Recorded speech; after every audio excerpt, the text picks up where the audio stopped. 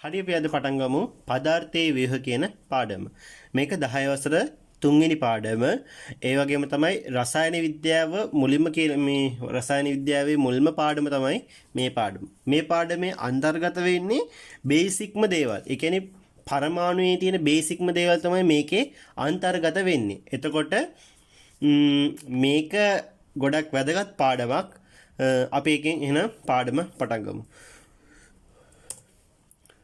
මුලින්ම පදාර්ථය කියන්නේ මොකක්ද කියලා බලමු. පදාර්ථය කියලා කියන්නේ අවකාශයේ ඉඩක් ගන්නා ස්කන්ධ සහිත ද්‍රව්‍ය පදාර්ථය ලෙස හැඳින්වෙනවා. ඒ කියන්නේ එහෙම නැතිවක් තියෙනවද එතකොට? එහෙම නැතිව තියෙනවනේ. ඒ ශක්තිය කියලා අපි හඳුන්වන්නේ. අපි ශක්තිය කියලා හඳුන්වන්නේ අවකාශයේ ඉඩක් ගන්නේ නැති ස්කන්ධයක් නැති දේවල්. උදාහරණයක් විදිහට ආලෝකය, ශබ්දය, ඒ වගේ විද්‍යුත් ශක්තිය, ඒ වගේ දේවල් අවකාශයේ ඉඩක් ගන්නෙත් නැහැ. ඒ වගේම ඒවට ස්කන්ධයක්කුත් නැහැ. ඒවට පුළුවන් මොකක් හරි කාර්යයක් කරන්න විතරයි. එතකොට පදාර්ථය කියලා කියන්නේ අවකාශයේ ඉඩක් ගන්නා ස්කන්ධය සහිත ඕනෑම දෙයක්. උදාහරණයක් විදිහට අපිට හැමදාම පාවිච්චි කරන ෆෝන් එක, ලැප්ටොප් එක, මේසය, පුටුව, ඒ වගේම තමයි අපිත් පදාර්ථයට තමයි අයිති වෙන්නේ. ඊට පස්සේ බලමු පදාර්ථය අපිට තියෙන රසායනික සංයුතිය අනුව බෙදන්නේ කොහොමද කියලා. ඊට අමතරව භෞතික සංයුතිය භෞතික විදිහටත් අපි පදාර්ථය බෙදුවා ඝන ද්‍රව වායු විදිහට. හැබැයි අපි මෙතනදී බෙදන්නේ රසායනික සංයුතිය අනුව. එතකොට රසායනික සංයුතිය අනුව කොටස් දෙකකට බෙදනවා සංශුද්ධ ද්‍රව්‍ය සහ අසංශුද්ධ ද්‍රව්‍ය කියලා. එතකොට සංශුද්ධ ද්‍රව්‍යත් කොටස් දෙකකට බෙදනවා මූල ද්‍රව්‍ය සංයෝග කියලා. එතකොට මූල ද්‍රව්‍ය වලට උදාහරණ තමයි යකඩ, ඔක්සිජන්, කොපර්. සංයෝග වලට උදාහරණ තමයි ජලය. එතකොට මෙතන බලන්න සංශුද්ධ කියලා කියන්නේ ඒක විතරයි තියෙන්නේ. උදාහරණයක් විදිහට ජලය නම් ජලයේ තියෙන ජලය විතරයි. ඒ කියන්නේ අපි සාමාන්‍යයෙන් බොන ජලය නම් ඊට අමතරව ওই ಖನಿජ ලවණ, මැග්නීසියම් වගේ දේවල් තියෙනවා. හැබැයි මෙතන අපි ආශ්‍රිත ජලය කියලා සැලකුවොත් ජලය විතරයි තියෙන්නේ. H2O විතරයි තියෙන්නේ. ඒ වගේම තමයි මේ ඔක්සිජන් සැලකුවොත් ඔක්සිජන් වල තියෙන ඔක්සිජන් විතරයි. ඊට අමතරව කිසිම දෙයක් නැහැ. එතකොට මූල ද්‍රව්‍ය කියලා කියන්නේ මෙතනදී එක ද්‍රව්‍යයකින් විතරයි. එක මේ ද්‍රව්‍යයකින් විතරයි. ඒ කියන්නේ යකඩ කිව්වොත් යකඩ විතරයි. හැබැයි එතකොට සංයෝග වලදී ජලය අපි උදාහරණයකට ගත්තොත් ජලයේ තියෙන්නේ H2O. ජලය කියන්නේ H2O නේ. එහෙනම් හයිඩ්‍රජනුයි ඔක්සිජනුයි එකතු වෙච්ච එක තමයි මෙතනදී ජලය කියලා කියන්නේ. එතකොට ජලය සංශුද්ධ ද්‍රව්‍යයක්. ඒ වගේම තමයි ඒක සංයෝගයකුත් වෙනවා. ඊට පස්සේ බලමු අපි අසංශුද්ධ ද්‍රව්‍ය කොටස් දෙකකට බෙදලා. ඒවා තමයි සමජාතීය මිශ්‍රණ, විෂම ජාතීය මිශ්‍රණ. එතකොට සමජාතීය මිශ්‍රණ වලට උදාහරණ තමයි ලුණු ද්‍රාවණය, සීනි ද්‍රාවණය. එතකොට විෂම ජාතීය මිශ්‍රණ වලට උදාහරණ තමයි හුණු එකතු කිරීම, හුණු ද්‍රාවණය කියලා කියමුකෝ අපි. ඒ වගේම තමයි සහල් වැලි. එතකොට මෙතන සමජාතීයයි විෂම ජාතීයයි කියලා කියන එකේ වෙනස තමයි සමජාතීය කියලා කිව්වොත් හැම ස්ථානයකදීම එකම ඒ කියන්නේ එකතු වෙච්ච දේවල් එකම අගයක් තියෙන්න ඕන. ඒ කියන්නේ උදාහරණයක් විදිහට අපි ලුණු ද්‍රාවණයට ඒ කියන්නේ ජලයට ලුණු ටිකක් එකතු කරොත් ඒකේ හැමතැනම ලුණු රස එකමයි. ඒ කියන්නේ ඔයා උඩින් ලුණු වතුර චුට්ටක් කට ගෑවත් ඒ ජලයේ ද්‍රාවණයේ පහළම කොටසින් මේ පොඩ්ඩක් බිව්වත් එකම ආට ලුණු රහ තමයි එන්නේ. ඒ වගේම තමයි සීනි ද්‍රාවණයත් එහෙමයි.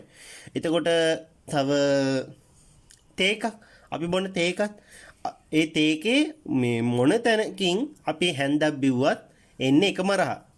හොඳේ. එතකොට විෂම ජාතීය මිශ්‍රණ කිව්වොත් ඒක වෙනස්.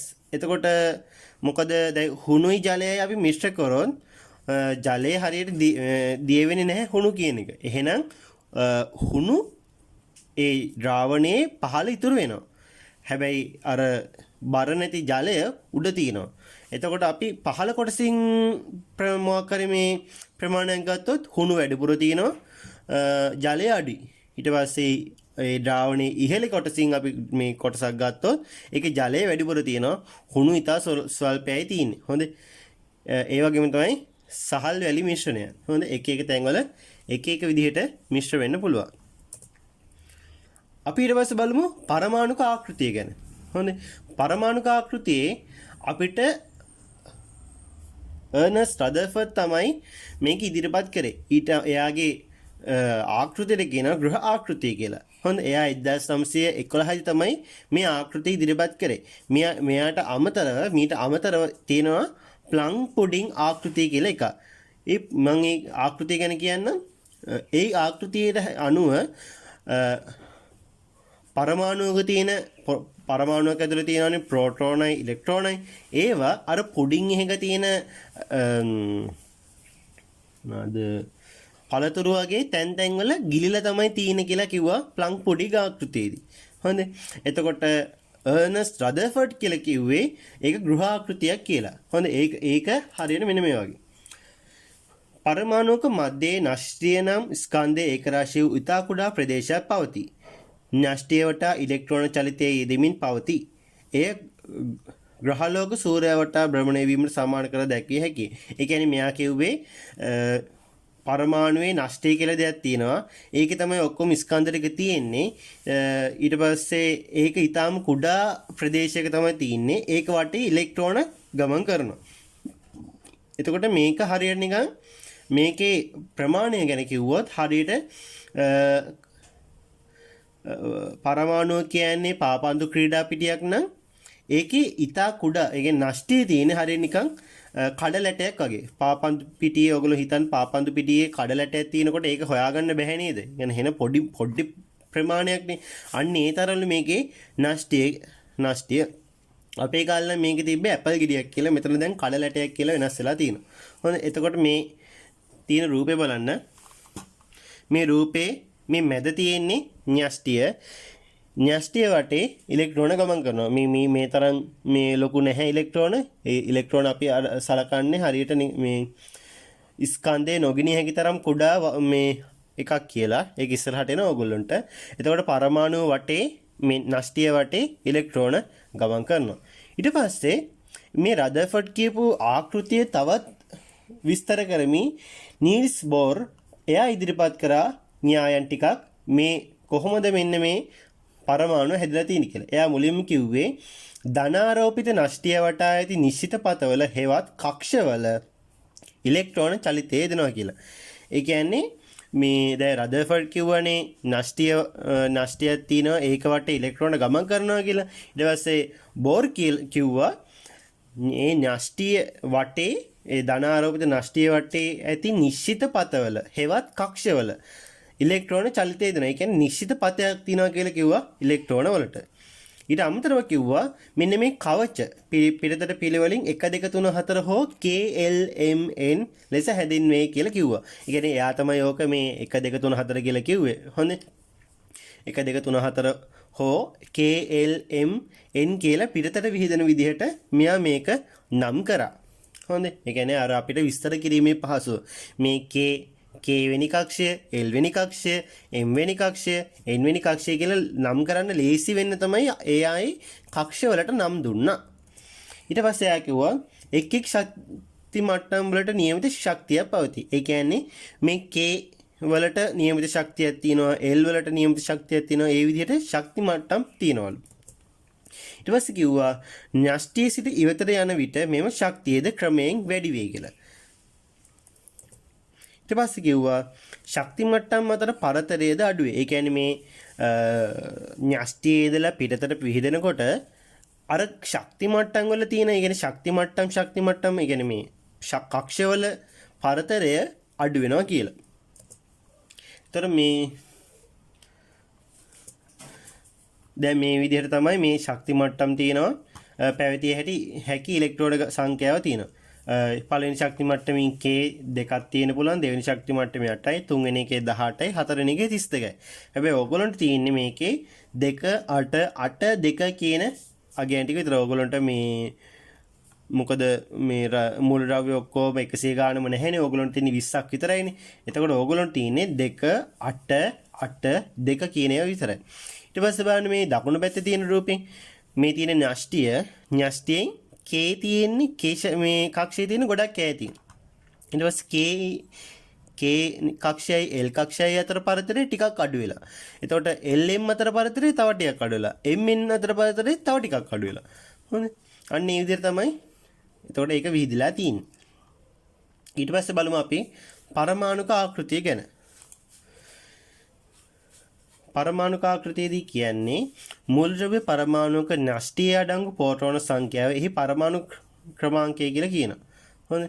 එතකොට මේ පරමාණුවේ තියෙන න්‍යෂ්ටියේ තියෙන ප්‍රෝටෝන ගාන තමයි අපි කියන්නේ පරමාණු ක්‍රමාංකය කියලා. ඒ කියන්නේ මොකක් හරි අපි x කියලා මූලද්‍රව්‍යයක් ගත්තොත් ඒකේ පරමාණු ක්‍රමාංකය අපි කියමුකෝ 10යි කියලා. එහෙනම් ඒකේ න්‍යෂ්ටියේ තියෙන ප්‍රෝටෝන ගාන තමයි 10ක් කියලා කියන්නේ. ඒකට තමයි අපි කියන්නේ පරමාණුක ක්‍රමාංකය කියලා. ඊට පස්සේ මූලද්‍රව්‍යයක පරමාණු ක්‍රමාංකය සමාන වෙනවා මූලද්‍රව්‍යයේ තියෙන පරමාණුක න්‍යෂ්ටියේ ඇති ප්‍රෝටෝන සංඛ්‍යාවට. එතකොට මූලද්‍රව්‍යයක පරමාණු ක්‍රමාංකය කියන්නේ එම මූලද්‍රව්‍යයට අනන්‍ය ලක්ෂණය. එතකොට 2 කිව්වොත් 2 කියන්නේ හීලියම්. එහෙනම් හීලියම්ම තමයි. අන්න ඒ විදිහට. එතකොට මේ පරමාණු ක්‍රමාංකය අපි Z වලින් නිරූපණය කරනවා. ඊට පස්සේ බලමු අපි ස්කන්ධ ක්‍රමාංකය කියන්නේ මොකක්ද කියලා. පරමාණුක න්‍යෂ්ටියේ අඩංගු ප්‍රෝටෝන සංඛ්‍යාවේ නියුට්‍රෝන සංඛ්‍යාවේ ඓක්‍ය තමයි ස්කන්ධ ක්‍රමාංකය කියලා කියන්නේ. එතකොට අපි කතා කරන්නේ න්‍යෂ්ටියේ තියෙනවා කියලා දැන් පරමාණුක තියෙනවා ප්‍රෝටෝන, නියුට්‍රෝන සහ ඉලෙක්ට්‍රෝන. එතකොට ප්‍රෝටෝනයි නියුට්‍රෝනයි තියෙන්නේ න්‍යෂ්ටියේනේ. ප්‍රෝටෝන කියන්නේ ධන ආරෝපණයක්, නියුට්‍රෝන කියන්නේ ආරෝපණයක් නැති එක. එතකොට ප්‍රෝටෝනයි නියුට්‍රෝනයි තියෙන්නේ න්‍යෂ්ටියේ. එතකොට මේ ස්කන්ධ ක්‍රමාංකය කියලා කියන්නේ පරමාණුක තියෙන පරමාණුක න්‍යෂ්ටියේ තියෙන ප්‍රෝටෝන සංඛ්‍යාවේ නියුට්‍රෝන සංඛ්‍යාවෙත් එකතුව. ඒ දෙකේ එකතුවට තමයි ස්කන්ධ ක්‍රමාංකය කියලා කියන්නේ. එතකොට ස්කන්ධ ක්‍රමාංකය සමාන වෙනවා ප්‍රෝටෝන සංඛ්‍යාව ධන නියුට්‍රෝන සංඛ්‍යාව. එතකොට මූලද්‍රව්‍යක ස්කන්ධ ක්‍රමාංකය අපි හඳුන්වනවා කැපිටල් A කියන සංකේතයෙන්. දැන් බලන්න සෝඩියම් වල පරමාණු ක්‍රමාංකය 11ක් වේ කියලා අපිට දීලා තියෙනවා. එහෙනම් දැන් පරමාණු ක්‍රමාංකය කියලා කිව්වේ ප්‍රෝටෝන ගානනේ. න්‍යෂ්ටියේ තියෙන ප්‍රෝටෝන ගානනේ. එහෙනම් සෝඩියම් වල පරමාණුවක් ඇතුලේ සෝඩියම් පරමාණුවක් ඇතුලේ ප්‍රෝටෝන 11ක් තියෙනවා. එතකොට සෝඩියම් වල නියුට්‍රෝන 12ක් තියෙනවා. එහි අඩංගු වන්නේ නියුට්‍රෝන 12යි. එහෙනම් සෝඩියම් වල ස්කන්ධ ක්‍රමාංකය වෙන්නේ පරමාණු ක්‍රමාංකයේ පරමාණු ප්‍රෝටෝන ගානේ නියුට්‍රෝන ගානේ එකතුව. එතකොට සෝඩියම් පරමාණුවේ ස්කන්ධ ක්‍රමාංකය වෙන්නේ එතකොට මේකේ ප්‍රෝටෝන ගාන 11යි නියුට්‍රෝන ගාන 12යි. 11යි 12යි 23යි. එහෙනම් සෝඩියම් වල ස්කන්ධ ක්‍රමාංකය කියලා කියන්නේ කීයද? 23යි. ප්‍රෝටෝන ගානේ නියුට්‍රෝන ගානේ එකතුව තමයි 23 ස්කන්ධ ක්‍රමාංකය.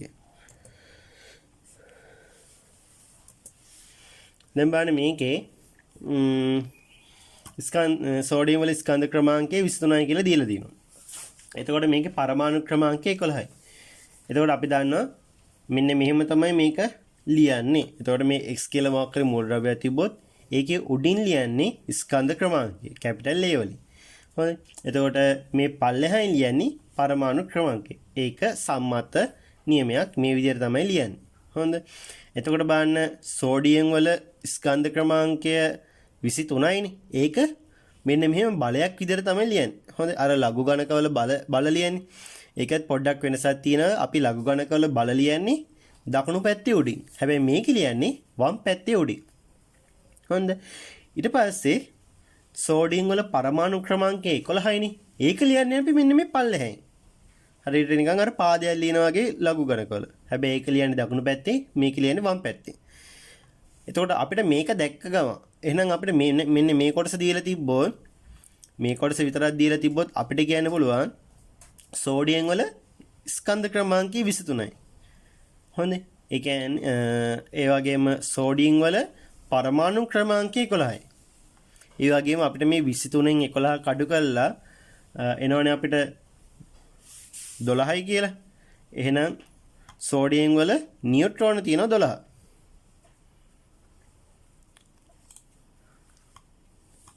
දැන් බලමු අපි ඉලෙක්ට්‍රෝන වින්‍යාසය කියන්නේ මොකක්ද කියලා. පරමාණුක නෂ්ටියේ සිට ඉවතට පිළිවෙලින් එක් එක් ශක්ති මට්ටම් වල ඉලෙක්ට්‍රෝන පිරී ඇති ආකාරය නිරූපණය කිරීම ඉලෙක්ට්‍රෝන වින්‍යාසය ලෙස හැඳින්වේ. ඒ කියන්නේ අපි දැන් කලින් කතා කරානේ පරමාණුවේ නෂ්ටිය තියෙනවා. ඒ නෂ්ටියෙන් පිටතට කක්ෂ තියෙනවා. ඒ කක්ෂ වල තමයි ඉලෙක්ට්‍රෝන වේගයෙන් චලනය වෙන්නේ කියලා. එතකොට ඉලෙක්ට්‍රෝන වින්‍යාසයෙන් කරන්නේ ඒ කක්ෂවල කීයක් තියෙනවද? මෙන්න මේ කක්ෂයේ මෙන්න මෙච්චරක් තියෙනවා. මෙන්න මේ කක්ෂයේ මෙන්න මෙච්චරක් තියෙනවා කියලා ලියන එක තමයි ඉලෙක්ට්‍රෝන වින්‍යාසය කියලා කියන්නේ. එතකොට මේ නියමිත කක්ෂවල අර අපි කලින් කතා කරානේ පිරීලා තියෙන්න ඕන ප්‍රමාණයක් තියෙනවා කියලා. අන්න ඒව ගැනත් මෙතනදී සැලකිලිමත් වෙනවා.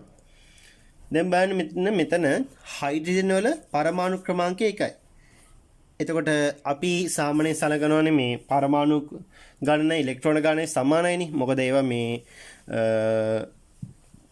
මොකක් හරි මූල ද්‍රව්‍යයක් එක්ක ප්‍රතික්‍රියා කරේ නැත්නම් පරමාණු ක්‍රමාංකය ඒ කියන්නේ පරමාණුවේ තියෙන නෂ්ටියේ තියෙන ප්‍රෝටෝන ගානත් ඉලෙක්ට්‍රෝන ගානත් සමානයිනේ. ඒ දෙක මුකුත් මේ ප්‍රතික්‍රියා කළ නැත්තම් එහෙනම් පරමාණු ක්‍රමාංකය අපිට කියන්න පුළුවන්. ඒ කියන්නේ මේ ප්‍රෝටෝන ගාන ඉලෙක්ට්‍රෝන ගාන සමානයි කියලා. හොඳ. එතකොට බලන්න හයිඩ්‍රජන් වල පරමාණු ක්‍රමාංකය 1යි. පරමාණු ක්‍රමාංකය 1යි. එහෙනම් ඒකේ ඉලෙක්ට්‍රෝන එකක් තියෙනවා. එහෙනම් ඒක K වල තමයි පිරෙන්නේ. හොඳට මතක තියාගන්න මේව පිරෙන්නේ K L M N කියන පිළිවෙලට තමයි පිරෙන්නේ. කවදාවත් මේ N එක පිරලා M එක පිරෙන්නේ නැහැ. මුලින්ම K එක පිරෙනවා. K එකේ තියාගන්න පුළුවන් 2යි. ඒ දෙක පිරුණාන් පස්සේ L පිරෙනවා. L වල තියාගන්න පුළුවන් 8යි. ඊට පස්සේ L වල 8 පිරුණාන් පස්සේ තමයි M පිරෙන්නේ. ඊට පස්සේ M පිරුණාන් පස්සේ තමයි N පිරෙන්නේ. නැතුව මේක අර පැටලෙන්නේ නැහැ. ඒ කියන්නේ L පිරিলা K පිරෙන්නේ නැහැ. M පිරিলা L පිරෙන්නේ නැහැ. එහෙම පිරෙන්නේ නැහැ. මේ පිළිවෙලට තමයි මේක පිරෙන්නේ. ඊට පස්සේ බලමු දැන් හයිඩ්‍රජන් තියෙනවා. ඉලෙක්ට්‍රෝන එකක් තියෙනවා. එහෙනම් ඒක K වලට තමයි වැටෙන්නේ. ඊට පස්සේ අපි ලිතියම් ගත්තොත් ලිතියම් වල පරමාණු ක්‍රමාංකය 3යි. ඒ කියන්නේ නෂ්ටියේ ප්‍රෝටෝන 3ක් තියෙනවා. ඒ කියන්නේ ඉලෙක්ට්‍රෝන 3ක් තියෙනවා. එහෙනම් ඔන්න ලිතියම් වල 3ක් තියෙනවානේ. ඒ 3න් දෙකක් ගියා K වලට. එතකොට ඉතුරු වෙන්නේ 1යිනේ. අන්න ඒක යනවා L වලට. ලිතියම් වල 3ක් තිබ්බ ඉලෙක්ට්‍රෝන. ඒ 3න් K වලට දෙකක් ගියා. K කක්ෂයට දෙකක් ගියා. මොකද K වල තියාගන්න පුළුවන් 2යි. හොඳේ. ඒකෙන් දෙකක් ගියා. ඉතිරි එක L වලට ගියා. ඊට පස්සේ අපි තව උදාහරණයක් ගමු. කාබන්. කාබන් වල පරමාණු ක්‍රමාංකය 6යි. ඒ කියන්නේ නෂ්ටියේ ප්‍රෝටෝන 6ක් තියෙනවා. ඒ කියන්නේ ඉලෙක්ට්‍රෝන 6ක් තියෙනවා කියන එක. එතකොට මේ කාබන් වල තියෙන ඉලෙක්ට්‍රෝන 6න් දෙකක් යනවා K කක්ෂයට. ඊට පස්සේ ඉතුරු වෙනවනේ 6න් මෙතනට දෙකක් ගියා පස්සේ තව 4ක් ඉතුරු වෙනවනේ. අන්න ඒක යනවා L කක්ෂයට. අන්න එහෙම තමයි ඉලෙක්ට්‍රෝන වින්‍යාසය පිරෙන්නේ. දැන් බලමු නූතන ආවර්තතා වගුව. හොඳයි. නූතන ආවර්තතා වගුව පදනම් වී ඇත්තේ පරමාණු ක්‍රමාංකය හා ඉලෙක්ට්‍රෝන වින්‍යාසය මතයි. එතකොට මේ ආවර්තතා වගුව කියන්නේ අපේ අර මේ මූලද්‍රව්‍ය තියෙන විදිහනේ. එතකොට මේ ආවර්තතා වගුව කිහිපයක්ම ඉතිහාසයේ මේ රිලීස් කරලා තියෙනවා. හැබැයි අපි දැන් පාවිච්චි කරන ආවර්තතා වගුව පදනම් වෙලා තියෙන්නේ පරමාණු ක්‍රමාංකය මතයි. හොඳ. එතකොට ඕගොල්ලන්ට තියෙන්නේ මෙන්න මේ 20 විතරයි. hydrogen, helium, lithium, beryllium, boron, carbon, nitrogen, oxygen, fluorine, neon, sodium, magnesium, aluminium, silicon, phosphorus, sulfur, chlorine, argon, potassium, sulfur, calcium. magnesium, aluminium, silicon, phosphorus ඒ ටික එනවනේ. එතකොට මේ හරියටම 8ක් ගියාන් පස්සේ මේගොල්ලොන්ගේ රසායනික ප්‍රතික්‍රියා කරන විදිය භෞතික සාධක වගේ දේවල් සමාන වෙන්න ගත්තා. ඒ කියන්නේ අපි කියමුකෝ මේගොල්ලොන්ගේ ද්‍රවාංකය, තාපාංකය, ඒ වගේම පළවෙනි අයනීකරණ ශක්තිය, දෙවෙනි අයනීකරණ ශක්තිය, ඒ වගේ දේවල් සමාන වෙන්න ගත්තා. ඒ කියන්නේ ආසන්න වශයෙන් සමාන වෙන්න ගත්තා. ඒ නිසා තමයි මේගොල්ලෝ මෙන්න මේ විදිහට වගුවක මේක භාවිතා කරේ. එතකොට උදාහරණයක් විදිහට ගත්තොත් මේ හීලියම්, නියොන්, ආගන් කියන ටික උච්ච වායු විදිහට සලකනවා. එතකොට මේව ප්‍රතික්‍රියා කරන්නේ නැති තරම්. ප්‍රතික්‍රියා කරනවා නැත්තේ නැහැ. ප්‍රතික්‍රියා කරන්න නැති තරම්. එහෙනම් එතකොට අපිට මෙන්න මේ ලයින් එක ගත්තොත් මේ හීලියම්, නියොන්, ආගන් කියන ඒ ලයින් එක ගත්තොත් අපිට කියන්න පුළුවන් මේව උච්ච වායු, මේව හරියට ප්‍රතික්‍රියා කරන්නේ නැහැ. එපා වෙනවා ප්‍රතික්‍රියා කරන්න ගියාම කියලා අපිට කියන්න පුළුවන්. හොඳයි. අන්න ඒ විදිහට මේකේ ශ්‍රේණියක් තිබ්බා. ඒ නිසා තමයි මේගොල්ලෝ මේ 8 මේවා වෙන් කරලා තියෙන්නේ. ඊට පස්සේ බලමු මූලද්‍රව්‍ය ආවර්ත වලට බෙදීම ගැන. යම් මූලද්‍රව්‍යයක් අයත් වන්නේ ආවර්තවගේ කවර ආවර්තයටද යන්න තීරණය වන්නේ එම මූලද්‍රව්‍යයේ පරමාණුක තිබෙන ඉලෙක්ට්‍රෝන ව්‍යවස්ථාව පවතින ශක්ති මට්ටම් එහෙම නැත්නම් කවච ගණනය. ඒ කියන්නේ මේගොල්ලෝගේ මේ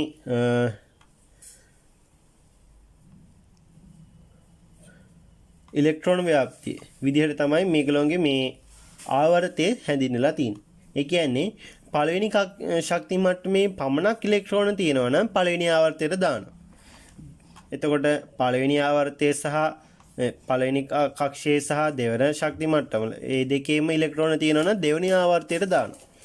ඊට පස්සේ පළවෙනි එකේ දෙවෙනි එකේ තුන්වෙනි කක්ෂ තුනේම ඒ කියන්නේ පළවෙනි කක්ෂයේ දෙවෙනි කක්ෂයේ තුන්වෙනි කක්ෂයේ තුනේම ඉලෙක්ට්‍රෝන තියෙනවා නම් මේක තුන්වෙනි ආවර්තයට දානවා. ඒ වගේම පළවෙනි දෙවෙනි තුන හා හතරවන ශක්ති මට්ටම එකේ මේ හතරෙම තියෙනවා නම් හතරවෙනි ආවර්තයට දානවා. දැන් බලමු මූලද්‍රව්‍ය කාණ්ඩ වලට බෙදී. මම අර කලින් කියව එක පොඩ්ඩක් කියන්න.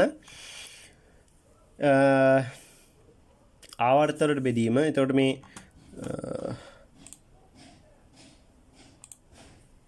මේකේ තියෙන දැන් මේ පල්ලෙහාට තියෙන ආවර්ත මේ පැත්තට තියෙන්නේ තිරස් අතර තියෙන කාණ්ඩ. හොඳයි. එතකොට බලන්න මේ හයිඩ්‍රජන් වල තියෙන්නේ පළවෙනි කක්ෂයේ විතරයි ඉලෙක්ට්‍රෝන තියෙන්නේ.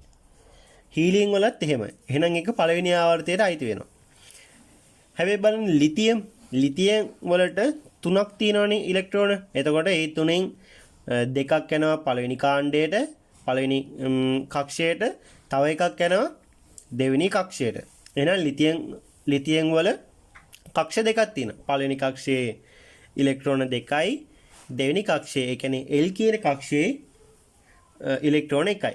එතකොට බෙරිලියම් වලත් එහෙමයි. බෙරිලියම් වල ඉලෙක්ට්‍රෝන 4ක් තියෙනවා. ඒ හතරෙන් පළවෙනි කක්ෂයට දෙකක් යනවා, දෙවෙනි කක්ෂයට දෙකක් යනවා. එතකොට කක්ෂ දෙකයි. එතකොට බෝරෝන්, කාබන්, නයිට්‍රජන්, ඔක්සිජන්, ෆ්ලූරින්, නියොන් ඒ ඔක්කොම එහෙමයි. හොඳ. ඒ ඔක්කොගෙම පළවෙනි කක්ෂයේ ඉලෙක්ට්‍රෝන දෙකක් තියෙනවා. දෙවෙනි කක්ෂයේ ඉලෙක්ට්‍රෝන නක් තියෙනවා. ඊට පස්සේ මේ තුන්වෙනි එක ගත්තොත්, තුන්වෙනි ආවර්තය ගත්තොත් ඒගොල්ලන්ට කක්ෂ 3ක් තියෙනවා. හතරවෙනි එක ගත්තොත් කක්ෂ 4ක් තියෙනවා. එතකොට මේ ආවර්ත වලට බෙදලා තින්නේ මේගොල්ලන්ගේ කක්ෂ ගාන අනුව. එතකොට මේ පළවෙනි ආවර්තයේ තියෙන්නේ එක කක්ෂයයි. හොඳයි. එතකොට දෙවෙනි ආවර්තයේ තියෙන්නේ මේ තියෙන දෙවන ආවර්තයේ තියෙන්නේ කක්ෂ දෙකයි. තුන්වෙනි එකට තියෙනවා එතකොට කක්ෂ 3ක්. හතරවෙනි එකට තියෙනවා කක්ෂ 4ක්. දැන් බලමු මූලද්‍රව්‍ය කාණ්ඩ වලට බෙදෙන ආකාරය. මූලද්‍රව්‍යක ගුණ රඳා පවතිනේහි අවසාන ශක්ති මට්ටමේ ඇති ඉලෙක්ට්‍රෝන සංඛ්‍යාව මතයි. මේවා සංයුත ඉලෙක්ට්‍රෝන යනුවෙන් හැඳින්වෙනවා. මූලද්‍රව්‍යක ගුණ බොහෝ දුරට මෙහි අවසාන ශක්ති මට්ටමේ ඇති ඉලෙක්ට්‍රෝන ගන්න මත රඳා පවතිනවා. ඒ කියන්නේ මූලද්‍රව්‍යක ගුණ රඳා පවතින්නේ අවසාන ශක්ති මට්ටමේ තියෙන ඉලෙක්ට්‍රෝන මත. මොකද ඒව තමයි හැමතිස්සෙම මේ ප්‍රතික්‍රියා කරන්නේ. හොඳේ. ඒ කියන්නේ මොකක් හරි මූලද්‍රව්‍යයක් එක්ක ප්‍රතික්‍රියා කරනකොට සංයෝගයක් එක්ක ප්‍රතික්‍රියා කරනකොට එතකොට පළවෙනි අයනීකරණ ශක්තියදී වගේ දේවල් වලදී හැම එකටම මේ අවසාන ශක්ති මට්ටමේ තියෙන ඉලෙක්ට්‍රෝන තමයි භාවිතා වෙන්නේ. ඒ මේවට කියනවා අපි සංයුජිත ඉලෙක්ට්‍රෝන කියලා. හරියට නිකන් මේ අවසාන ශක්ති මට්ටමේ තියෙන ඉලෙක්ට්‍රෝන නිකන් අපේ ගෙදර ඉන්න තාත්තා වගේ. ඒ කියන්නේ දැන් මේ කාලේ නම් කොරෝනා කාලේ නම් තාත්තා තමයි ගෙදරින් එළියට ගිහිල්ලා බඩු ගේන්නේ. ඒ වගේ අර බාහිර පරිසරයත් එක්ක ගනුදෙනු කරන්නේ හැමතිස්සෙම තාත්තා. එතකොට මේ පරමාණුවක අවසාන ශක්ති මට්ටමේ තියෙන ඉලෙක්ට්‍රෝන හරිය නිකන් තාත්තා වගේ. ඒ අවසාන ශක්ති මට්ටමේ තියෙන ඉලෙක්ට්‍රෝන තමයි බාහිර පරිසරයත් එක්ක හැමතිස්සෙම ගොඩක් වෙලාවට ප්‍රතික්‍රියා කරන්නේ. ඒ වගේ දේවල් කරන්නේ අවසාන ශක්ති මට්ටමේ තියෙන ඉලෙක්ට්‍රෝන. ඒවට තමයි අපි කියන්නේ මෙතනදී සංයුජිත ඉලෙක්ට්‍රෝන කියලා. හොඳයි. එතකොට මේ අවසාන ශක්ති මට්ටමේ ඉලෙක්ට්‍රෝන ගාන කීයද කියන එක තමයි මේ කාණ්ඩ වලින් කියන්නේ. උදාහරණයක් විදිහට මම ගත්තොත් මේ හයිඩ්‍රජන් කියන්නේ කවචය එකයිනේ තියෙන්නේ. එතකොට හයිඩ්‍රජන් වල ඉලෙක්ට්‍රෝන එකයි තියෙන්නේ. එහෙනම් එයා ඉන්නේ පළවෙනි කාණ්ඩේ. උදාහරණයක් විදිහට තව ගමු කාබන් වල කාණ්ඩ දෙකක් තියෙනවා. පළවෙනි කාණ්ඩේ තියෙනවා ඉලෙක්ට්‍රෝන දෙකක්, දෙවෙනි කාණ්ඩේ තියෙනවා ඉලෙක්ට්‍රෝන 4ක්. එහෙනම් මේ දෙවෙනි කාණ්ඩේ එතකොට ඉලෙක්ට්‍රෝන 4ක් තියෙනවනේ. ඒ කියන්නේ අවසාන ශක්ති මට්ටමේ. එහෙනම් කාබන් තියෙන්නේ 4 වෙනි කාණ්ඩේ. ඔක්සිජන් බලන්න. ඔක්සිජන් වල එතකොට ඉලෙක්ට්‍රෝන ඔක්කොම 8ක් තියෙනවා. ඒ 8න් දෙකක් යනවා පළවෙනි කක්ෂයට, පළවෙනි ශක්ති මට්ටමට. ඒකෙන් එතකොට 8න් දෙකක් ගියාම ඊටු 6ක් වෙනවා. ඒ 6 තියෙන්නේ දෙවෙනි ශක්ති මට්ටමේ, දෙවෙනි කාණ්ඩේ. ඒ කියන්නේ අවසාන ශක්ති මට්ටමේ ඉලෙක්ට්‍රෝන 6ක් තියෙනවා. එහෙනම් එයා ආයි තියෙන්නේ 6 වෙනි කාණ්ඩයට. 1 2 3 4 5 6 වෙනි කාණ්ඩයට. ඒ වගේ තමයි අපි මැග්නීසියම් ගත්තොත් මැග්නීසියම් වල ඉලෙක්ට්‍රෝන 12ක් තියෙනවා. ඒ 12න් දෙකක් යනවා පළවෙනි කාණ්ඩයට, 8ක් යනවා දෙවෙනි කාණ්ඩයට. තුන්වෙනි කාණ්ඩේ ඉතුරු වෙන්නේ තුන්වෙනි ශක්ති මට්ටමේ. ඒ කියන්නේ මේ මැග්නීසියම් වල අවසාන ශක්ති මට්ටමේ ඉතුරු වෙන්නේ ඉලෙක්ට්‍රෝන 2යි. එහෙනම් එයා ඉලෙක්ට්‍රෝන 2ක් ඉතුරු නිසා කාණ්ඩ දෙවෙනි කාණ්ඩේ ඉන්නවා. එතකොට ඔයගොල්ලන්ට සාරාංශයක් විදිහට මම මේක කිව්වොත් ආවර්තය කාණ්ඩය ගැන මොකක් හරි මූලද්‍රව්‍ය පරමාණුවක කක්ෂ 3ක් කක්ෂ ගාන තමයි ආවර්ත ගාන සමාන වෙන්නේ. ඒ කියන්නේ කක්ෂ 3ක් තියෙනවා නම් තුන්වෙනි ආවර්තය. කක්ෂ 2ක් තියෙනවා නම් දෙවන ආවර්තය. ඊට පස්සේ කාණ්ඩ වලට වෙන් කරලා තියෙන්නේ මේ අවසාන ශක්ති මට්ටමේ. ඒ කියන්නේ අවසාන කක්ෂයේ ඉලෙක්ට්‍රෝන කීයක් තියෙනවද කියලා. එතකොට අවසාන ශක්ති මට්ටමේ ඉලෙක්ට්‍රෝන 2ක් තියෙනවා නම් එයා දෙවන කාණ්ඩේ. 5ක් තියෙනවා නම් එයා පස්වෙනි කාණ්ඩේ. 8ක් තියෙනවා නම් එයා 8 වෙනි කාණ්ඩේ. ඒ විදිහට තමයි මේක වෙන් කරලා තියෙන්නේ. මේ තියෙන්නේ අර මං කියපු ටිකම තමයි. අවසාන ශක්ති මට්ටමේ ඉලෙක්ට්‍රෝන එකක් තියෙනවා නම් ඒගොල්ලෝ ඉන්නේ පළවෙනි කාණ්ඩේ. අවසාන ශක්ති මට්ටමේ ඉලෙක්ට්‍රෝන 6ක් තියෙනවා නම් එයා ඉන්නේ 6 වෙනි කාණ්ඩේ. අවසාන ශක්ති මට්ටමේ ඉලෙක්ට්‍රෝන 7ක් තියෙනවා නම් ඒගොල්ලන් ඉන්නේ 7 වෙනි කාණ්ඩේ.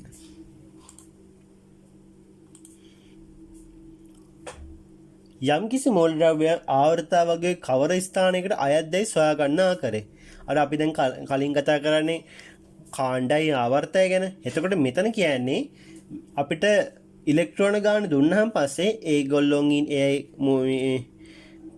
මූලද්‍රව්‍ය තියෙන්නේ මොන කාණ්ඩේ මොන ආවර්තයේද කියලා හොයාගන්න එක තමයි අපි මෙතනදී කතා කරන්නේ. උදාහරණයක් විදිහට ගත්තොත් මැග්නීසියම් වල පරමාණු ක්‍රමාංකය 12යි කියලා තියෙනවා. එතකොට මැග්නීසියම් වල පරමාණු ක්‍රමාංකය 12යි. එතකොට පරමාණු ක්‍රමාංකය කියලා අපි කලින් කතා කරේ මොකද්ද? න්‍යෂ්ටියේ තියෙන ප්‍රෝටෝන ගාන. එතකොට ප්‍රෝටෝන ගාන ඉලෙක්ට්‍රෝන ගානයි සමානයිනේ. එහෙනම් මැග්නීසියම් වල ඉලෙක්ට්‍රෝන 12කුත් තියෙනවා. එහෙනම් එතකොට අපි ඉලෙක්ට්‍රෝන වින්‍යාසය ලිව්වොත් මේ 12න් දෙකක් යනවා පළවෙනි කාණ්ඩයට. 8ක් යනවා දෙවෙනි කාණ්ඩයට. ඊටු දෙක තමයි තුන්වෙනි කාණ්ඩයේ තුන්වෙනි කක්ෂයේ තියෙන්නේ. හොඳේ. දෙකක් යනවා පළවෙනි කක්ෂයට, 8ක් යනවා දෙවෙනි කක්ෂයට, දෙකක් යනවා තුන්වෙනි කක්ෂයට. එතකොට බලන්න මැග්නීසියම් වල පරමාණුවක ඉලෙක්ට්‍රෝන පවතින ශක්ති මට්ටම් තුනක් තියෙනවා. ඒ කියන්නේ මේ දැන් මෙතන 1යි 2යි 3යි තුනක් තියෙනවානේ. කක්ෂ තුනක ඉලෙක්ට්‍රෝන තියෙනවා. එහෙනම් මේගොල්ලෝ මේ කක්ෂ තුනක් තියෙන නිසා ඒ මැග්නීසියම් තියෙන්නේ තුන්වෙනි ආවර්තයේ. තුන්වෙනි ආවර්තය. මොකද මෙතන කක්ෂ තුනක ඉලෙක්ට්‍රෝන තියෙන නිසා කක්ෂ තුනක ඉලෙක්ට්‍රෝන තියෙන නිසා එයා ඉන්නේ තුන්වෙනි ආවර්තයේ. එතකොට මේ අවසාන ශක්ති මට්ටමේ ඉලෙක්ට්‍රෝන දෙකක් තියෙනවානේ. අවසාන ශක්ති මට්ටමේ ඉලෙක්ට්‍රෝන දෙකක් තියෙන නිසා මැග්නීසියම් තියෙන්නේ දෙවෙනි කාණ්ඩේ. හරිද?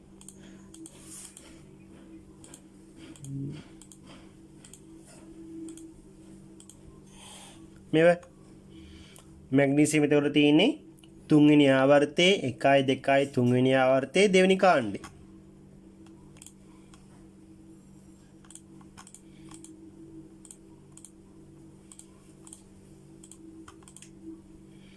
දැන් බලමු පොටෑසියම් පරමාණුක පොටෑසියම් පරමාණු ක්‍රමාංකය වෙන්නේ 19.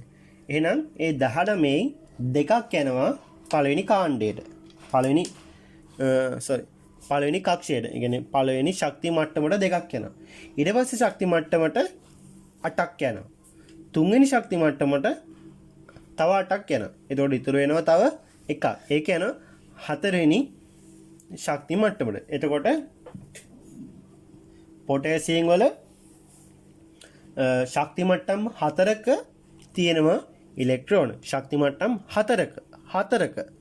එහෙනම් 4ක ශක්ති මේ ඉලෙක්ට්‍රෝන තියෙනවා නම් පොටෑසියම් 4වෙනි ආවර්තයේ තමයි තියෙන්නේ. ඒ වගේම පොටෑසියම් වල එතකොට අවසාන ශක්ති මට්ටමේ ඉලෙක්ට්‍රෝන එකයිනේ තියෙන්නේ. අවසාන ශක්ති මට්ටමේ තියෙන එක ඉලෙක්ට්‍රෝනය. එතකොට පොටෑසියම් තියෙන්නේ පළවෙනි කාණ්ඩේ. ඉලෙක්ට්‍රෝන එකක් තියෙන නිසා එකක් තියෙන නිසා අවසාන ශක්ති මට්ටමේ ඉන්නේ පළවෙනි කාණ්ඩේ. දැන් බලමු අපි සමස්ථානික කියන්නේ මොකක්ද කියලා. එක මූල ද්‍රව්‍යයේ ඇති වෙනස් ස්කන්ධ ක්‍රමාංක සහිත පරමාණු එම මූල ද්‍රව්‍යයේ සමස්ථානික ලෙස හැඳින්වේ. එකම මූල ද්‍රව්‍යයේ ඇති ස්කන්ධ ක්‍රමාංක ඇති වෙනස් ස්කන්ධ ක්‍රමාංක සහිත පරමාණු එම මූල ද්‍රව්‍යයේ සමස්ථානික ලෙස හැඳින්වෙනවා.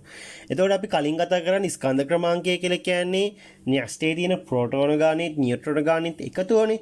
එතකොට මේකේ පෝටෝන ගාන වෙනස් වෙන විදිහක් නැහැනේ. පෝටෝන ගාන අපි කිව්වා ඒ අදාළ මූලද්‍රව්‍යයට පොදු දෙයක්. හරි? ඒ මූලද්‍රව්‍ය පොදු දෙයක්. ඒ කියන්නේ x කියන මූලද්‍රව්‍ය ඉලෙක්ට්‍රෝන පෝටෝන ගාන 10යි නම් ඒක වෙනස් වෙන්නේ නැහැ. එහෙනම් වෙනස් වෙන්නේ මොකද්ද මෙතන? නියුට්‍රෝන ගාන. න්‍යෂ්ටයේ තියෙන එතකොට නියුට්‍රෝන ගාන තමයි මෙතනදී වෙනස් වෙන්නේ. එහෙනම් අපිට මේක තව විදිහකට කියන්න පුළුවන් එකම මූලද්‍රව්‍යයේ ඇති වෙනස් නියුට්‍රෝන සහිත පරමාණු එම මූලද්‍රව්‍යයේ සමස්ථානික විදිහට කියන්න පුළුවන්. හැබැයි ඕගොල්ලෝ ලියනකොට මේ විදිහටම ලියන්න. එක මූලද්‍රව්‍යයේ ඇති වෙනස් ස්කන්ධ ක්‍රමාංක සහිත පරමාණු එම මූලද්‍රව්‍යයේ සමස්ථානික ලෙස හැඳින්වීම කියලා ලියන්න. හොඳයි. එතකොට මේ ස්කන්ධ ක්‍රමාංකය වෙනස් වෙලා තියෙන්නේ පොටෝන ගාන නිසා නෙමෙයි නියුට්‍රෝන ගාන නිසා. මොකද පොටෝන ගාන වෙනස් වෙන්නේ නැහැ. ඒක එයාට යුනික් වෙච්ච දෙයක්. එයාගේ වෙනස් වෙන්නේ නැහැ. එතකොට සමස්ථානික සඳහා නිදසුන් ඕගොල්ලන්ට තියෙන්නේ හයිඩ්‍රජන් වල සමස්ථානික විතරයි. අනිත් සමස්ථානික මේ සමස්ථානික වර්ග තියෙනවා. හැබැයි ඕගොල්ලන්ට තියෙන්නේ හයිඩ්‍රජන් විතරයි. එතකොට හයිඩ්‍රජන් වල සමස්ථානික තුනක් තියෙනවා. පෝට්‍රියම්, ඩියුට්‍රීනියම්, හා ට්‍රිටියම්.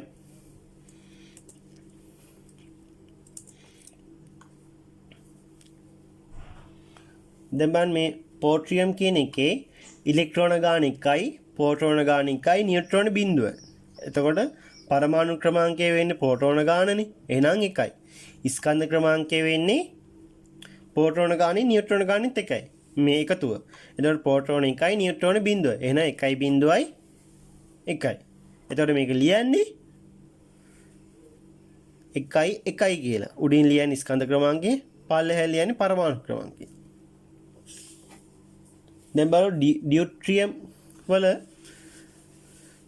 ආකෘති පරමාණුක ආකෘති තියෙන මෙන්න මේ විදිහට. මේ නියුට්‍රෝන දෙකක් තියෙනවා. මේ පොටෝන එකකුයි නියුට්‍රෝන එකකුයි තියෙනවා කියලා පෙන්නන්නේ. මේ තියෙන්නේ ඉලෙක්ට්‍රෝන. හොඳ. එතකොට ඉලෙක්ට්‍රෝන එකක් තියෙනවා ප්‍රෝටෝන එකක් තියෙනවා, නියුට්‍රෝන එකක් තියෙනවා. එතකොට පරමාණු ක්‍රමාංකය කියන්නේ ප්‍රෝටෝන ගානනේ. එහෙනම් පරමාණු ක්‍රමාංකය 1යි. එතකොට ස්කන්ධ ක්‍රමාංකය කියන්නේ ප්‍රෝටෝන ගානේ නියුට්‍රෝන ගානේ එකතුවනේ. එතකොට ප්‍රෝටෝන 1යි නියුට්‍රෝන 1යි. 1යි 1යි 2යි. එතකොට මේක ලියන්නේ හයිඩ්‍රජන් 2 කියලා. උඩින් ලියන්නේ ස්කන්ධ ක්‍රමාංකය. පල්ලෙහාන් ලියන්නේ පරමාණු ක්‍රමාංකය. තුන්වෙනි එක එතකොට පරමාණු ආකෘතිය මෙන්න මෙහෙම ප්‍රෝටෝන එකක් තියෙනවා, නියුට්‍රෝන දෙකක් තියෙනවා. ප්‍රෝටෝන 1යි නියුට්‍රෝන 2යි ඉලෙක්ට්‍රෝන. හරිනේ. ඉලෙක්ට්‍රෝන 1යි ප්‍රෝටෝන 1යි නියුට්‍රෝන 2යි. එතකොට පරමාණු ක්‍රමාංකය වෙන්නේ ප්‍රෝටෝන එකක් තියෙන නිසා පරමාණු ක්‍රමාංකය 1යි. ස්කන්ධ ක්‍රමාංකය ප්‍රෝටෝන ගානේ නියුට්‍රෝන ගානෙත් එකතු වෙන්නේ. එහෙනම් 3යි. දැන් බලන්න මෙතන ඉලෙක්ට්‍රෝන ගාන සමානයි. ප්‍රෝටෝන ගාන සමානයි. මෙතන වෙනස් වෙලා තියෙන්නේ නියුට්‍රෝන ගාන. නියුට්‍රෝන ගාන තමයි මෙතන වෙනස් වෙලා තියෙන්නේ. නියුට්‍රෝන 0යි, නියුට්‍රෝන 1යි, නියුට්‍රෝන 2යි. එහෙනම් මේ තමයි සමස්ථානික කියන්නේ. එකම මූල ද්‍රව්‍ය, එකම හයිඩ්‍රජන් මූල ද්‍රව්‍යයේ වෙනස් ස්කන්ධ ක්‍රමාංක තියෙන ඒවට තමයි කියන්නේ අපි සමස්ථානික කියලා.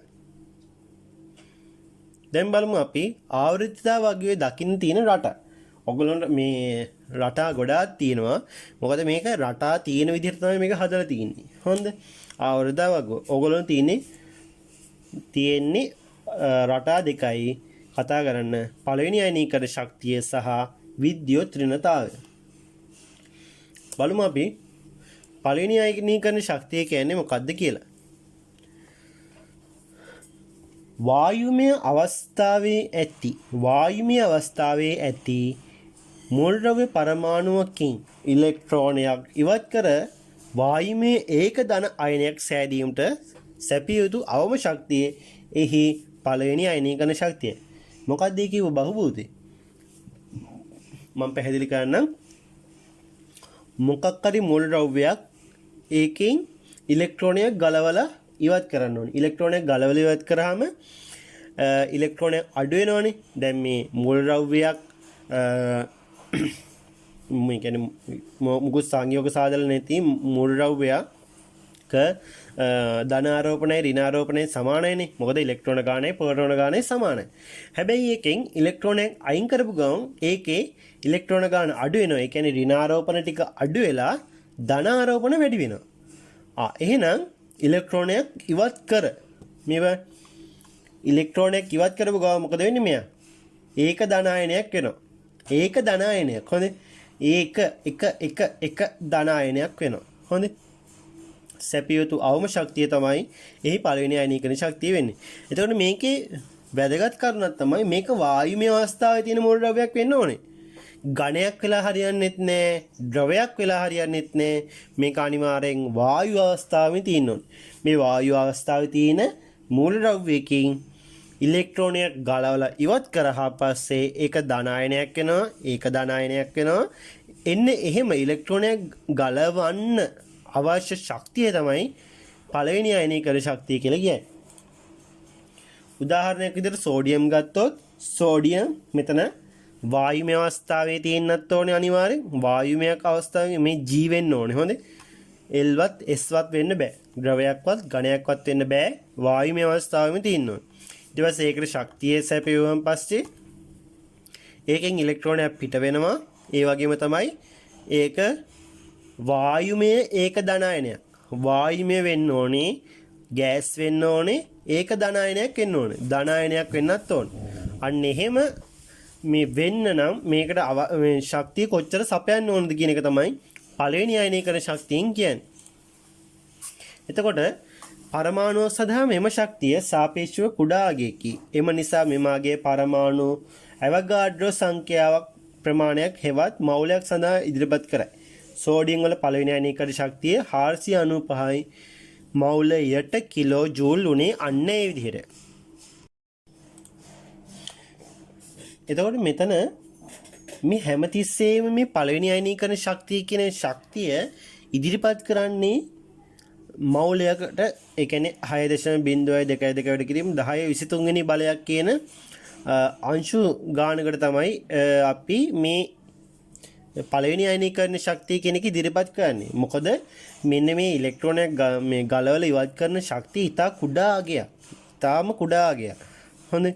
ඒ නිසා අපි මේක මවුලයකට හොයලා තමයි ඉදිරිපත් කරන්නේ. එතකොට මෙතන සෝඩියම් වල පළවෙනි අයනීකරණ ශක්තිය දීලා තියෙනවා 495යි මවුල යට කිලෝ ජූල්. ඒ කියන්නේ කිලෝ ජූල් 495ක් දෙන්න ඕනේ මවුල එකකින් මෙන්න මේ ඉලෙක්ට්‍රෝනයක් ගලවලා ඉවත් කරන්න. එතකොට මේ ඔයගලන්ට ඉස්සරහට කතා කරන්න පුළුවන් දෙවෙනි අයනීකරණ ශක්තිය ගැන. හොඳ.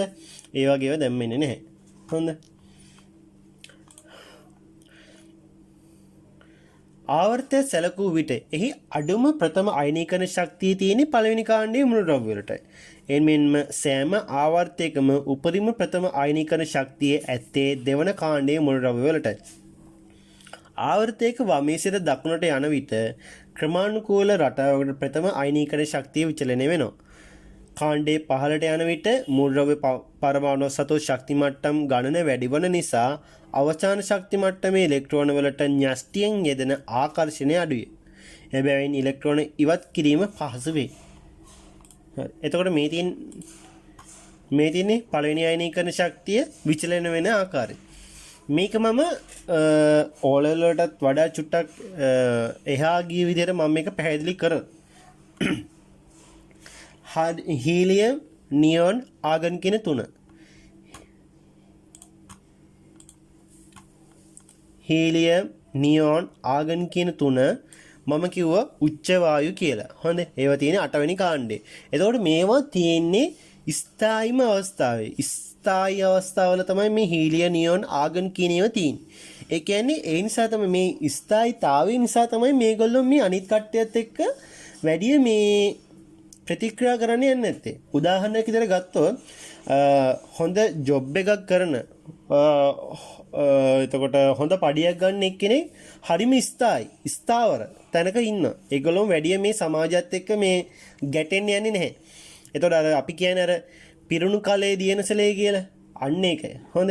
ඒ කියන්නේ මේ මම හරිනේ කිව්වා. ඔව්. ඒ කියන්නේ මේ අර හොඳ ස්ථාවරත්වයේ ඉන්න හොඳ ජොබ් එකක් කරන හොඳට සල්ලි තියෙන මිනිස්සු මේ සමාජයත් එක්ක ගැටෙන්න යන්නේ නැහැ.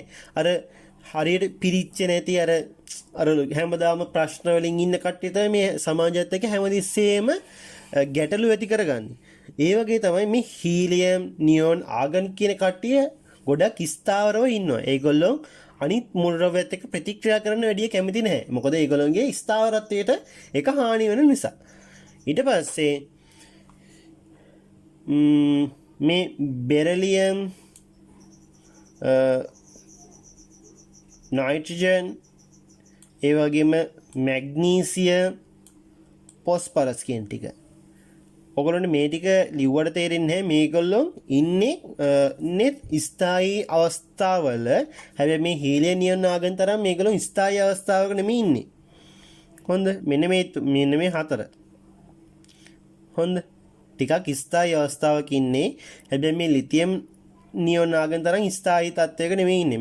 මේක ඕගොල්ලන්ට A level වලදී උගන්වනවා.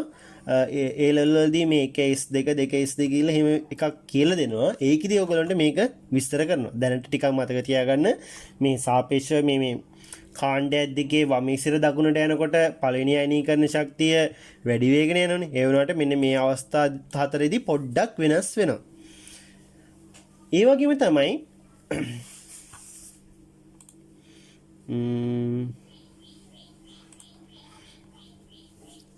මේ හයිඩ්‍රජන්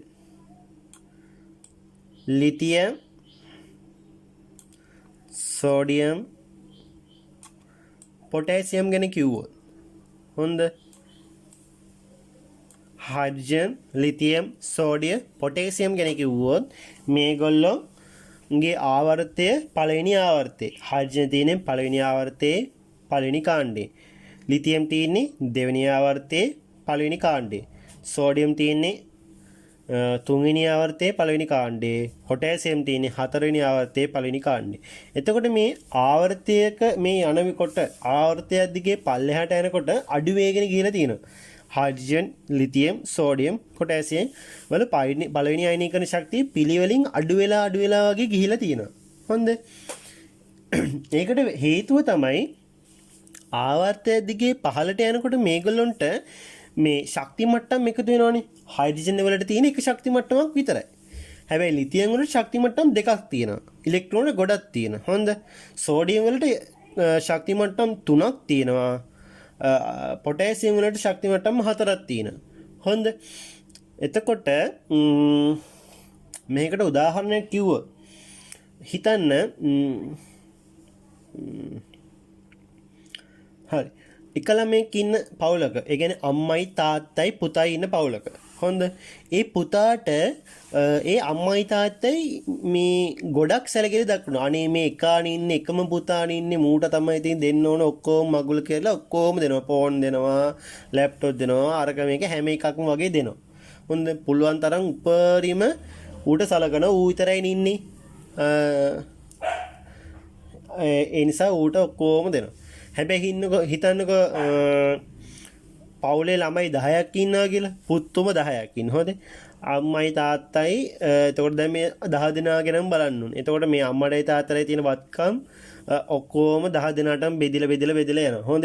අරුවට දැන් එක පවුලක ඉන්න එක ළමයෙක් ඉන්න පවුලක නම් ඌට ලක්ෂයක පෝන් එකක් අරන් දුන්නොත් මුන්ට දැන් ළමයි 10ක් ඉන්නවනේ. එහෙනම් රුපියල් 10 පෝන් තමයි අරගෙන ඉන්නේ. අර බටන් පෝන් තමයි මුන්ට අරන් දෙන්නේ වෙන්නේ. මොකද ගොඩාක් පිරිසක් අතර මේගොල්ලෝගේ මේ හැකියාවන්, සල්ලි, මුදල් සල්ලි, ඒ කියන්නේ ආදරය වගේ දේවල් බෙදලා යනවා. හොඳේ. අන්න ඒ වගේ කතාවක් මෙතනදිත් වෙන්නේ. එතකොට හිතන්න හයිඩ්‍රජන් වල තියෙන්නේ ඒ නෂ්ටිය මේ එක ශක්ති මට්ටමක් විතරයිනේ. එහෙනම් ඒගොල්ලන්ට ගොඩාක් ලොකු බැඳීමක් තියෙනවා. එතකොට ලිතියම් වලට ශක්ති මට්ටම් දෙකක් තියෙනවා. එහෙනම් ශක්ති මට්ටම් දෙකක් තියෙනවා. එහෙනම් මේ නෂ්ටයේ තියෙන බලපෑම ශක්ති මට්ටම් දෙකකට බෙදලා යනවා. සෝඩියම් වල ශක්ති මට්ටම් 3ක් තියෙනවා. එහෙනම් අර ලිතියම් වලට වඩා මේ නෂ්ටයේ මේ ශක්ති මට්ටම් 3ටම බෙදලා යන ප්‍රමාණය අඩු වෙගෙන යනවා. පොටෑසියම් වලට ශක්ති මට්ටම් 4ක් තියෙනවා. එහෙනම් මේ නෂ්ටයෙන් වෙන බලපෑම මේ ශක්ති මට්ටම් 4ට බෙදලා යනවා. ඒ වගේම තමයි හයිඩ්‍රජන් කියන්නේ මේ ශක්ති මට්ටම් වැඩි වෙන්න දැන් අපි මේ පළවෙනි අයනීකරණ ශක්තිය කියලා සැලකුවේ අවසාන ශක්ති මට්ටමේ තියෙන ඉලෙක්ට්‍රෝනයක් ගලවලා ඉවත් කරන්න තියෙන මේ ඉවත් කරන්න දෙන්න ඕන ශක්තියනේ. එහෙනම් මේ ශක්ති මට්ටම් වැඩි වෙන්න ඉලෙක්ට්‍රෝන වැඩි වෙන්න මේගොල්ලොන්ගෙන් අර ඉලෙක්ට්‍රෝනයක් ගන්න පුළුවන් හැකියාව අඩු මේ කියන්නේ ගලවලා මේ ගන්න ලේසියිනේ. අර මම කිව්වේ අර පවුල් දෙකක් අතර ඒකෙන් අර ගලවලා ඉවත් කරන්න ලේසියි. මොකද මේ බලපෑම ගොඩක් අඩු වෙලා තියෙනවා. හොඳ. අන්න ඒ නිසා තමයි මේ විදිහට විචලනය කළා තියෙන්නේ. හයිඩ්‍රජන්, ලිතියම්, සෝඩියම්, පොටෑසියම් කියන ඒවා අඩු වේගෙන ගිහිල්ලා තියෙන්නේ. ඒ වගේ තමයි ඔයගොල්ලන්ට බලන්න පුළුවන් මේ බෙරිලියම්, මැග්නීසියම්, කැල්සියම් ඒවත් අඩු වේගෙන ගිහිල්ලා තියෙන්නේ. ඒ වගේම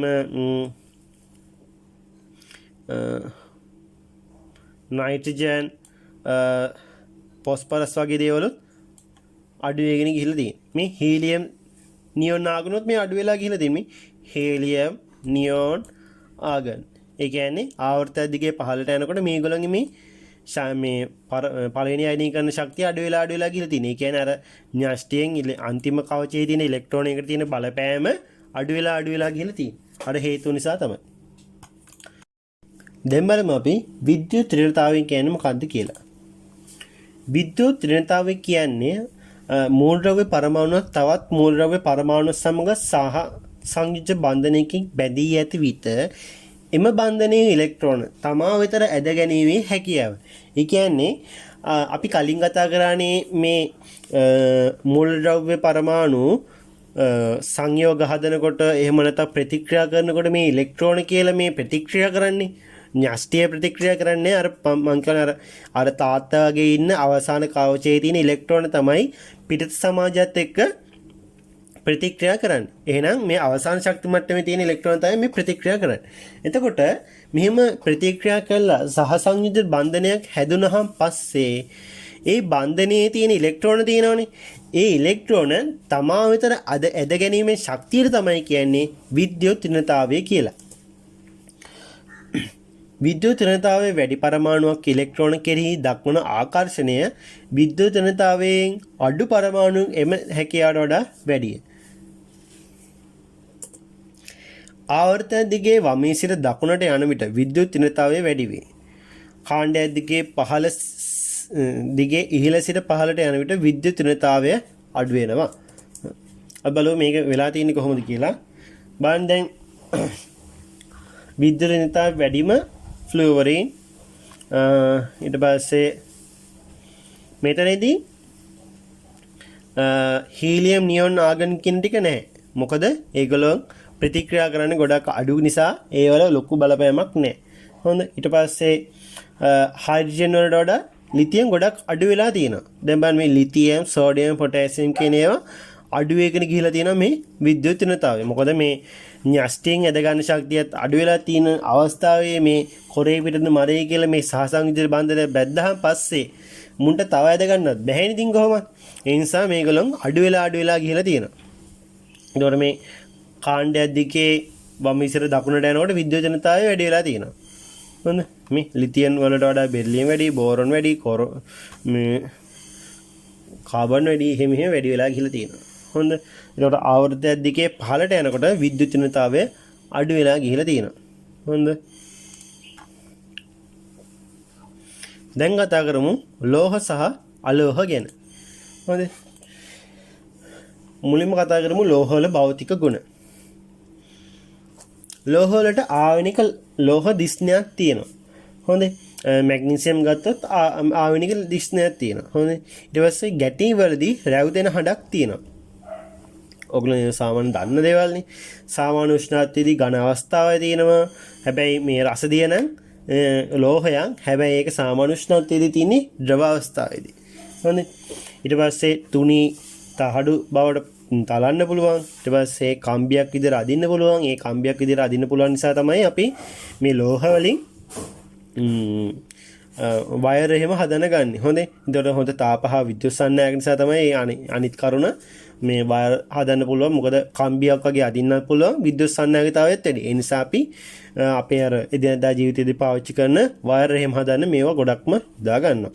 ඊට පස්සේ බොහෝ විට ඉහළ ඝනත්වයකුත් තියෙනවා. හොඳේ. මොකද මේවා සාමාන්‍යයෙන් තියෙන්නේ ඝන අවස්ථාවවලදී නිසා ඉහළ ඝනත්වයකුත් තියෙනවා. ඊට පස්සේ බලමු ලෝහවල රසායනික ගුණ. ලෝහ ඉලෙක්ට්‍රෝන ප්‍රතිත කිරීමේ ධන අයන හෙවත් කැටයන සාධනය. එතකොට මෙහිම පිට කරන්නේ මොකද? ඕගොල්ලෝ බලන්න ලෝහවල ගොඩක් වෙලාවට තියෙන්නේ අවසාන ශක්ති මට්ටමේ එක්ක ඉලෙක්ට්‍රෝන එකක්, දෙකක්, තුනක්, හතරක් වගේ තමයි අවසාන ශක්ති මට්ටමේ තියෙන්නේ. එතකොට මේගොල්ලොන්ට ලීසීවත් කරන්න. හොඳේ. කියන්නේ මේ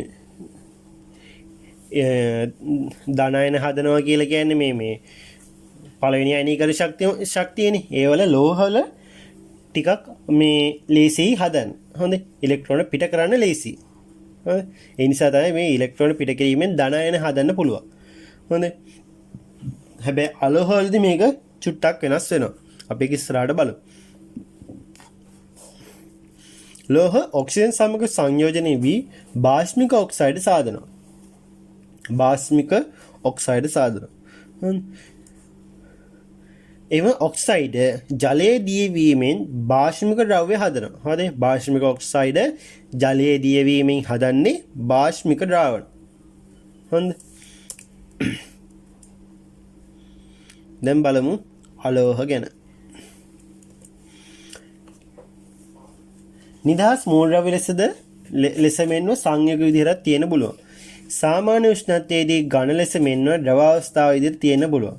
ලෝහයේ දිස්නයක් නැහැ. මොකද මේවා අලෝහ. බොහෝ අලෝහ බංගුර වන අතර දුර්වල විද්‍යුත් හා තාප සංනායක වේ. හොඳ ඒ කියන්නේ මේ හැබැයි මෙතන තියෙන මේ වැදගත් කවුණක් තමයි කාබන් අලෝහයක්. හැබැයි විද්‍යුත් හා තාප සංනායක ගොඩක් තියෙනවා. විද්‍යුත් සංනායක හිම ගොඩක් තියෙනවා. ඝනත්වය සාපේක්ෂව අඩුයි. අලෝහ වල රසායනික ගුණ බලමු.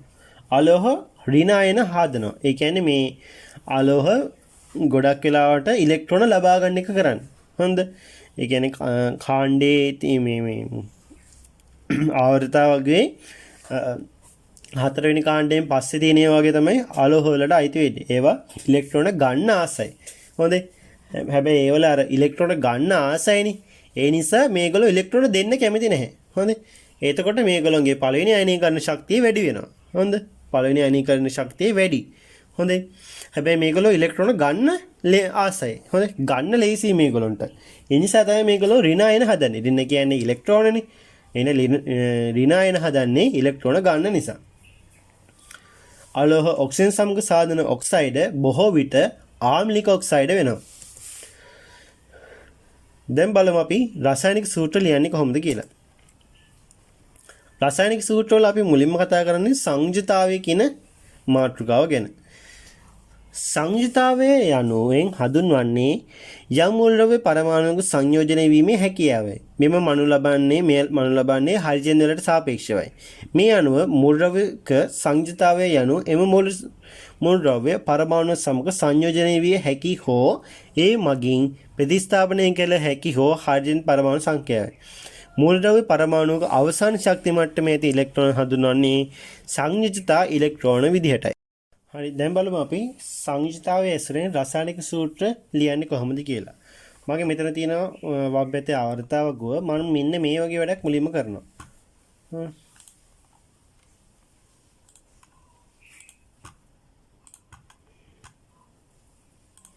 මම උඩින් අංක වගේක් දාගන්නවා. 1 2 3 තුන්වෙනි කාණ්ඩයට 3 හතරවෙනි කාණ්ඩයට 4 කියලා දාගත්තා. ඊට පස්සේ මේ 4න් පස්සේ මම අඩු කරගෙන යනවා. 3 2 1 මේ හීලියම් නියොන් ආගන් කියන අපේ උච්ච වායු වලට මම බිඳුවයි කියලා දානවා. හොඳ. එතකොට මේ තියෙන්නේ සංයුජිතාවය. හොඳ.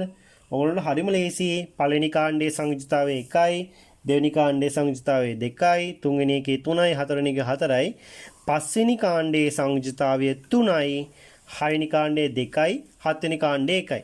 මෙහෙම තමයි සංයුජිතාවය. මේක වෙනස් වෙන්නේ නැහැ. හොඳ. ඕගොල්ලන්ට රසායනික සූත්‍රය ලියන්න දුන්නාන් පස්සේ ඕගොල්ලෝ මුලින්ම ඕගොල්ලෝ පේපරේ කරනකොට කරන්න කලින් ටක් ගාලා මේ විදිහට මේ ආවර්තාව ගෝ ලියා ගන්න. හොඳේ. ආවර්තාව ගෝ ලියාගෙන මෙන්න මේ ටිකක් දාගෙන ඉන්න. හොඳ. ඊට පස්සේ පේපරේ කරන්න ගන්න. හොඳ. ඊට පස්සේ රසායනික සූත්‍ර ලියන්න આવොත් එහෙම මෙන්න මේ විදිහට දාගන්න තියෙන්නේ. හොඳ. මං කියන්නම් මේකේ රසායනික සූත්‍රය ලියන්නේ කොහොමද කියලා. අපි සෝඩියම් ක්ලෝරින් එකතු වෙලා රසායනික සූත්‍රය හැදෙන්නේ කොහොමද කියලා ලියමු. එතකොට සෝඩියම් උඩින් තියෙන එකනේ. මම මේ දෙක මෙහෙම ලියා ගන්නම්. Sodium chlorine. එතකොට බලන්න මේ සෝඩියම් උඩින් තියෙන එක. මේ සෝඩියම් උඩින් තියෙන එක ක්ලෝරින් උඩින් තියෙන එක. හරිද? සෝඩියම් උඩින් තියෙන එක ක්ලෝරින් උඩ තියෙනෙත් එක. එහෙනම් මම මේක 1 1 කියලා දාගන්නවා. ඊට පස්සේ මේ සෝඩියම් ක්ලෝරින් එක ළඟ ලියලා මේ ඉලක්කම් දෙක මාරු කරලා ලියන්න. මේ ක්ලෝරින් වල තියෙන එක සෝඩියම් වලට දානවා. සෝඩියම් වල තියෙන එක ක්ලෝරින් වලට දානවා. එක එක වෙනස් වෙන්නේ නැහැ. හැබැයි එහෙම කරන්න. ඊට පස්සේ අපිට ලියන්න පුළුවන් 1 1 තියෙන නිසා අනුපාතය සෝඩියම් ක්ලෝරින් කියලා මෙහෙම ලියන්න පුළුවන්. එතකොට අපිට එනවා සෝඩියම් ක්ලෝරයිඩ් වල රසායනික සූත්‍රය. දැන් බලමු අපි කැල්සියම් ක්ලෝරින් එකතු කරලා මම මුලින්ම මෙහෙම කැල්සියම් කියලා ලියා ගන්නවා. ඊට පස්සේ ක්ලෝරින් කියලා ලියා ගන්නවා. ඊට පස්සේ බලමු කැල්සියම් උඩින් තියෙන්නේ 2. කැල්සියම් උඩින් තියෙන 2, ක්ලෝරින් උඩින් තියෙන 1. කැල්සියම් උඩින් තියෙන 2, ක්ලෝරින් උඩින් තියෙන 1. හරි. ඊට පස්සේ කරන්නේ කැල්සියම් ක්ලෝරින් මෙහෙම ළඟින් ලිව්වා. කැල්සියම් වල තියෙන 2 ක්ලෝරින් වලට දැම්මා. ක්ලෝරින් වල තියෙන 1 කැල්සියම් වලට දැම්මා. ඊට පස්සේ අපි එක සාමාන්‍යයෙන් ලියන්නේ නැහැනේ. කැල්සියම් ක්ලෝරයිඩ් මෙන්න මෙහෙම ලිව්වා. හරි. එක ලියන්නේ නැහැ. හරි. ඒ කියන්නේ මෙතනදී වෙන්නේ කැල්සියම් වල සංයුජිතාවය 2යිනේ. එහෙනම් ඒ වගේම ක්ලෝරින් වල සංයුජිතාවය 1යි. එහෙනම් කැල්සියම් එක්ක ප්‍රතික්‍රියා කරන්න ක්ලෝරීන් පරමාණු දෙකක් ඕනේ කියලා තමයි මෙන්න මෙතනදී කියන්නේ. හොඳේ. ඒ කියන්නේ කැල්සියම් වල දෙකයිනේ. කැල්සියම් වල දෙකයිනේ. එහෙනම් කැල්සියම් එක්ක ප්‍රතික්‍රියා කරන්න ක්ලෝරින් පරමාණු දෙකක් ඕනේ කියලා තමයි මෙතනින් කියන්නේ. Calcium chloride. හොඳයි. ඊට පස්සේ සෝඩියම් නුයි ඔක්සිජන් නුයි ප්‍රතික්‍රියා කරා. Sodium oxygen. එතකොට සෝඩියම් උඩින් තියෙන එක, සෝඩියම් උඩින් තියෙන්නේ එක, ඔක්සිජන් උඩින් තියෙන්නේ දෙක. සෝඩියම් උඩින් තියෙන්නේ එක, ඔක්සිජන් උඩින් තියෙන්නේ දෙක. ඊට පස්සේ සෝඩියම් නුයි ඔක්සිජන් නුයි ළඟින් ලිව්වා. ඊට පස්සේ ඔක්සිජන් වල තියෙන දෙක සෝඩියම් වලට දානවා. සෝඩියම් වල තියෙන එක ඔක්සිජන් වලට දානවා. ඊට පස්සේ අපිට ලියන්න පුළුවන් සෝඩියම් 2යි ඔක්සිජන් 0යි කියලා ලියන්න පුළුවන්. හොඳයි. ඊට පස්සේ බලමු කැල්සියම් ඔක්සයිඩ්. කැල්සියම්යි ඔක්සිජන් එකතු වුනහම කොහොමද හැදෙන්නේ කියලා. කැල්සියම් ධන ඔක්සිජන්. කැල්සියම් වල එතකොට සංයුතිතාවය කියන්නේ උඩ තියෙන ඉලක්කම 2නේ. ඒක ලියනවා. ඔක්සිජන් වල එතකොට ඔක්සිජන් වලත් 2යි. එහෙනම් කැල්සියම් ඔක්සිජන් ළඟින් ලියනවා. ඔක්සිජන් වල තියෙන දෙක කැල්සියම් වලට දානවා. කැල්සියම් වල තියෙන දෙක ඔක්සිජන් වලට දානවා. ඊට පස්සේ අපිට ලියන්න පුළුවන් කැල්සියම් ඔක්සයිඩ් කියලා. හරි. මෙතන දෙකට දෙක අනුපාතය එකයි නෙන්නේ. එතකොට කැල්සියම් ඔක්සයිඩ් කියලා ලියනවා. මේ අපි මේ අනුපාත තමයි ලියන්නේ. හොඳයි. එතකොට කැල්සියම් එක පරමාණුවක් එක්ක ඔක්සිජන් එක පරමාණුවක් ප්‍රතික්‍රියා කරනවා. දැන් බලමු මැග්නීසියම් උයි නයිට්‍රජන් උයි එකතු වුණාම කොහොමද වෙන්නේ කියලා. මැග්නීසියම් නයිට්‍රජන් එක එකතු වෙනවා.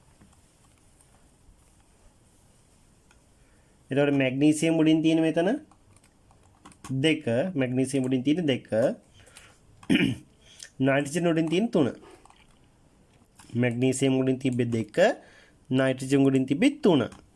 ඊට පස්සේ මැග්නීසියම් නුයි නයිට්‍රජන් නුයි එක ළඟ ලිව්වා. එක ළඟ ලිව්වා. නයිට්‍රජන් වල තියෙන 3 දානවා මැග්නීසියම් වලට. මැග්නීසියම් වල තියෙන 2 දානවා නයිට්‍රජන් වලට. හොඳයි. මෙන්න මේ විදිහ තමයි. එතකොට අපි ලියන්නේ රසායනික සූත්‍රය. sodium chloride, calcium chloride, magnesium nitrate, calcium oxide, sodium oxide. මේ විදිහට තමයි එහෙනම් අපි රසායනික සූත්‍ර ලියන්නේ. මේ විදිහට ලියන්න වරදින්නේ නැහැ.